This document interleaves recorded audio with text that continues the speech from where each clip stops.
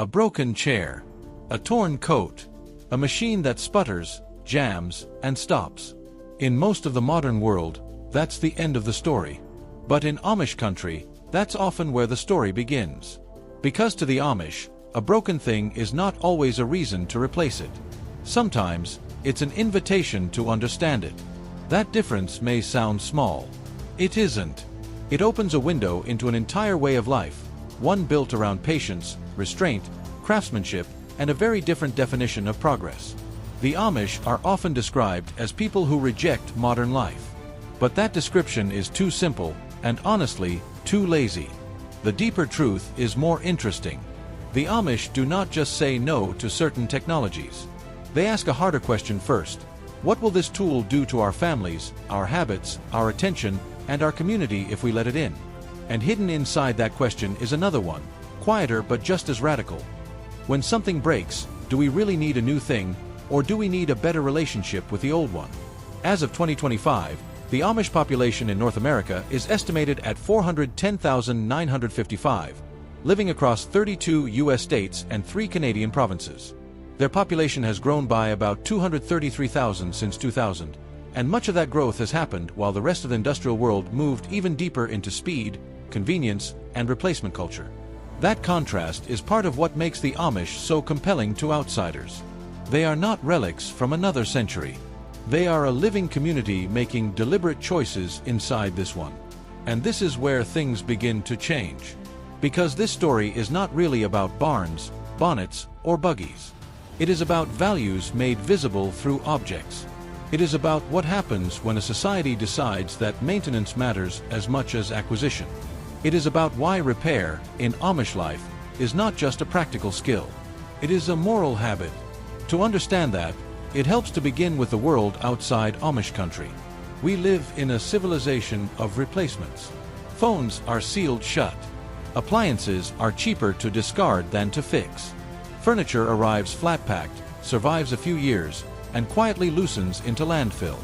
Even when something could be repaired, the manuals are missing, the parts are proprietary, and the labor costs more than a brand new model with a brighter screen and a better ad campaign. The numbers tell their own story. The U.S. Environmental Protection Agency has described e-waste as the fastest growing component of the municipal waste stream in the United States. EPA materials also note that Americans own more than 3 billion electronic products, with an average of 24 devices per household, while product lifespans keep getting shorter. In other words, we are surrounded by machines we depend on, but increasingly unable or unwilling to maintain. And the problem is not only environmental, it is structural. In 2021, the U.S. Federal Trade Commission said it would ramp up enforcement against illegal repair restrictions, and its report to Congress concluded there was scant evidence supporting many manufacturer justifications for making products harder to fix. The FTC found that repair restrictions can raise costs, weaken competition, push people toward replacement before the end of a product's useful life, and contribute to unnecessary electronic waste. So when we talk about the Amish art of repair, we are not talking about a quaint hobby. We are talking about a direct challenge to one of the central assumptions of modern consumer life, that convenience is always worth the cost. But that was only part of the story. Because the Amish do not repair things simply because they are frugal, though they often are. They do not repair things simply because they avoid waste, though that matters too. They repair things because repair fits into a larger religious and social worldview, one shaped by humility, discipline, community, and a long-standing desire to remain separate from influences they believe could weaken those bonds. Britannica describes Amish life as centered on humility, family, community, and separation from the world. Daily life is governed by the Ordnung, an unwritten set of community rules that shapes everything from clothing to transportation to household practices. This code is not about performance. It is about limits. It is about deciding, together, what kind of life is worth preserving. And once you understand that, the logic of repair starts to come into focus. If your culture teaches that humility is better than display, then constant upgrading begins to look less like progress and more like appetite. If your community values stability over novelty, then a repaired tool carries a different kind of dignity than a replacement bought on impulse. If labor is not just a burden to eliminate but part of a meaningful life, then mending a harness, restoring a cabinet, or patching work clothes is not a sign of backwardness. It is part of responsible living. This is also why the Amish relationship to technology is more selective than outsiders often assume. The Young Center for Anabaptist and Pietist Studies notes that the Amish do not consider technology evil in itself. Instead, technologies are accepted, modified, or rejected based on how they affect community life. Televisions, radios, and personal computers are often rejected outright, while other tools may be altered to fit Amish purposes. Many Amish communities use battery-powered lights, calculators, cash registers, copy machines, and even solar systems for charging batteries, while avoiding connection to public utility lines. That detail matters, because it reveals that the Amish are not anti-tool. They are anti-dependence. Or more precisely, they are wary of forms of dependence that place too much power outside the family, the church district, and the local community. PBS captured this nuance well in its documentary on Amish life, describing how the Amish often build a kind of firewall between themselves and technology. If a tool is necessary, it may be allowed in controlled ways. But if it mainly offers convenience while weakening local bonds, it becomes far more suspect. The goal is not to freeze time. The goal is to prevent fragmentation. Cars, for example, are not rejected because wheels are sinful. They are rejected because unrestricted mobility can pull people away from the rhythms and obligations of the local church community. And once a community begins asking that kind of question, repair stops being a side effect. It becomes inevitable. Think about what repair really requires. It requires that objects be understandable. It requires that someone know how to take them apart. It requires patience, tools, spare materials, memory, and attention. It requires the belief that the thing in front of you still has value, even after it has failed. That belief is quietly disappearing in much of the modern world. In Amish life, it still has a home. A coat is patched because fabric still has life in it. A chair is reglued because solid wood deserves another generation. A buggy component is maintained because transportation is not a disposable subscription.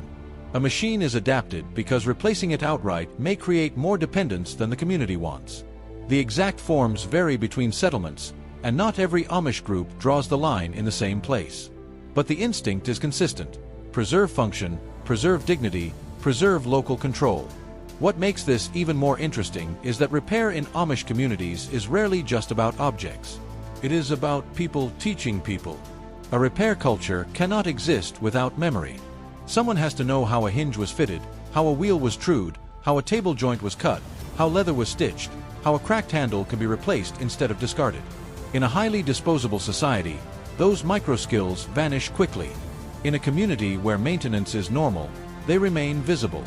Children grow up seeing adults fix, sharpen, patch, refinish, rebuild, and improvise. The lesson is not delivered as ideology.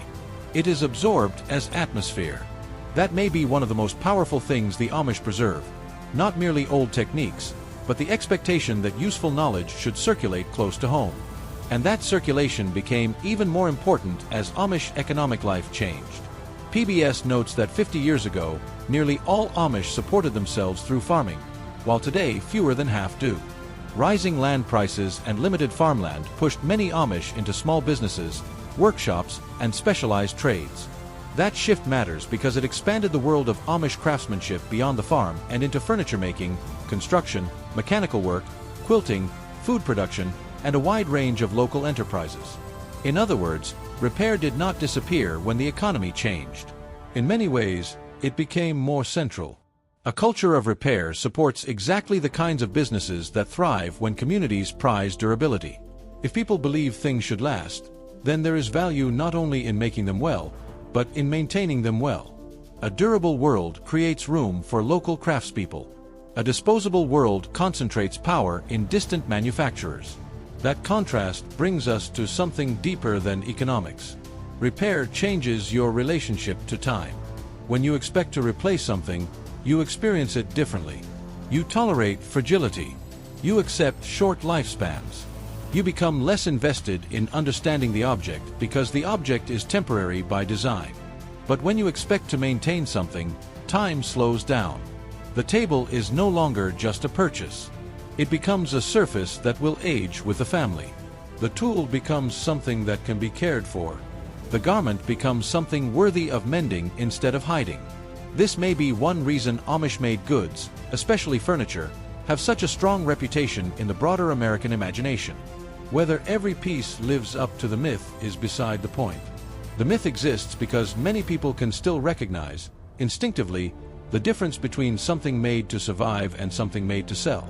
And that difference has become emotionally charged in a world exhausted by breakage. Pause for a second and consider how strange modern consumption really is. We are told that convenience gives us freedom. Yet millions of people own products they are not allowed to open, fix, modify, or fully understand. We are told that newer is better. Yet many newer products are designed in ways that block independent repair. We are told that efficiency saves time.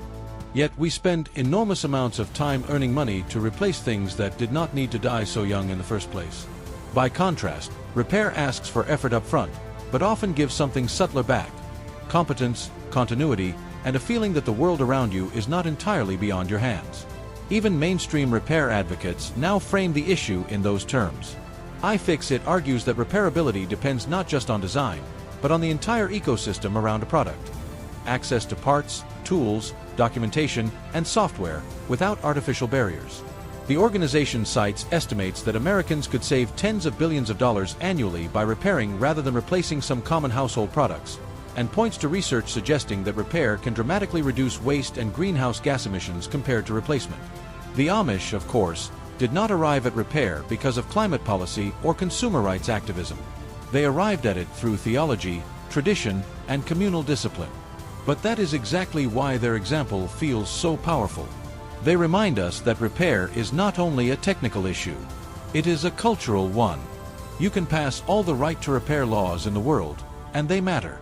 But a society that worships convenience will still struggle to repair, because repair asks for patience, inconvenience, and restraint. It asks us to live with seams, patches, scratches, and signs of use. It asks us to see maintenance not as failure, but as care. And this is where the Amish example becomes challenging. Not because anyone needs to copy Amish life wholesale. Most people could not, and many would not want to. The Amish way of life comes with costs, restrictions, and sacrifices that make sense inside a particular religious community, not as a universal lifestyle template. Their world is not simple. It is disciplined. There is a difference. That distinction matters, because romanticizing the Amish misses the point almost as badly as mocking them. They are not characters in a parable sent to fix modernity. They are real communities, with disagreements between settlements, pressures from outside markets, generational tensions, economic realities, and the same human imperfections found anywhere else. Some are more conservative than others. Some use more adapted technologies than outsiders realize. Some run highly successful businesses that interact with the non-Amish world every day. The story is not purity. The story is discernment. And discernment may be the rarest skill in the age of endless upgrades. The Amish do not ask, "Can this be bought?" first. They ask, "What will this do to us?" Imagine how different modern life might feel if we applied that question more often. What will this phone do to my attention? What will this appliance do to my dependence on a single manufacturer? What will this shopping habit do to my home, my finances, my waste, my sense of enough? What will this culture of replacement do to the local skills we are quietly losing? Because every time a society stops repairing, it loses more than objects. It loses know-how. It loses neighborhood competence. It loses the repair shop, the seamstress, the tinkerer, the person who knows the old motor, the family member who can sharpen the blade, mend the hem, or refasten the cane seat. It loses the practical intimacy that once connected people to the material world around them. The Amish never fully surrendered that intimacy. That may be why their lives look so startling to outsiders. Not because they are frozen in the past, but because they still inhabit cause and effect in a direct way. They still live close to the consequences of breakage. They still organize life around the assumption that people, not just systems, should know how to keep things going. There is also something emotionally stabilizing about that. Repair creates continuity. It allows the old crib, the old bench, the old cupboard, the old tool chest to remain inside the family story. It lets objects carry memory without becoming museum pieces. A disposable culture constantly erases those quiet connections. Repair lets them accumulate. And once you notice that, the title of this video begins to mean something slightly different. The Amish art of repair is not just the art of fixing things. It is the art of refusing disposability as a philosophy. It is the art of saying that usefulness still matters after novelty fades. That labor can be meaningful even when it is repetitive. That a life does not become richer by removing every form of friction. That not every improvement is progress. And that communities stay stronger when they do not outsource every weakness, every inconvenience, and every broken edge to some distant system. The modern world often throws things away because it is built to keep moving. The Amish repair because they are trying, with intention, not to be moved too quickly. That does not make them perfect, but it does make them legible in a time when so much of modern life feels unmoored. And maybe that is why people who will never become Amish still feel drawn to this lesson. They are not always looking for a horse and buggy. Sometimes they are just looking for a life that feels less disposable. A life where ownership means responsibility. A life where objects are allowed to age. A life where skill outranks speed at least once in a while. A life where not everything broken is treated as garbage. The EPA encourages ordinary people to reduce waste by reusing, repairing, upgrading, donating, and extending the life of what they already own. That advice sounds practical, and it is. But in Amish country, that same instinct has been elevated into a habit of life. Not a trend. Not a sustainability slogan. A habit. And habits, repeated long enough, become culture. So what can the rest of us actually learn from this? Maybe not to reject modern tools, but to judge them more honestly. Maybe not to abandon convenience, but to stop treating convenience as sacred. Maybe not to imitate Amish life, but to recover one piece of wisdom it still protects. If a thing can be repaired, then your first response to failure does not have to be disposal. Because in the end, repair is an act of patience. It is a vote against panic and against planned obsolescence. It is a small declaration that the world is still worth tending, not just consuming. And perhaps that is the quiet power of the Amish example. They do not preach a grand theory of civilization every time they patch, mend, restore, or rebuild. They simply live as if brokenness does not automatically cancel value. In a throwaway age, that is almost revolutionary. If you enjoyed this video, subscribe for more quiet stories about culture, history, and the ideas hidden inside everyday life. And if this made you think differently about the things you own, let me know in the comments. What's one thing you repaired, or wish you had, instead of replacing?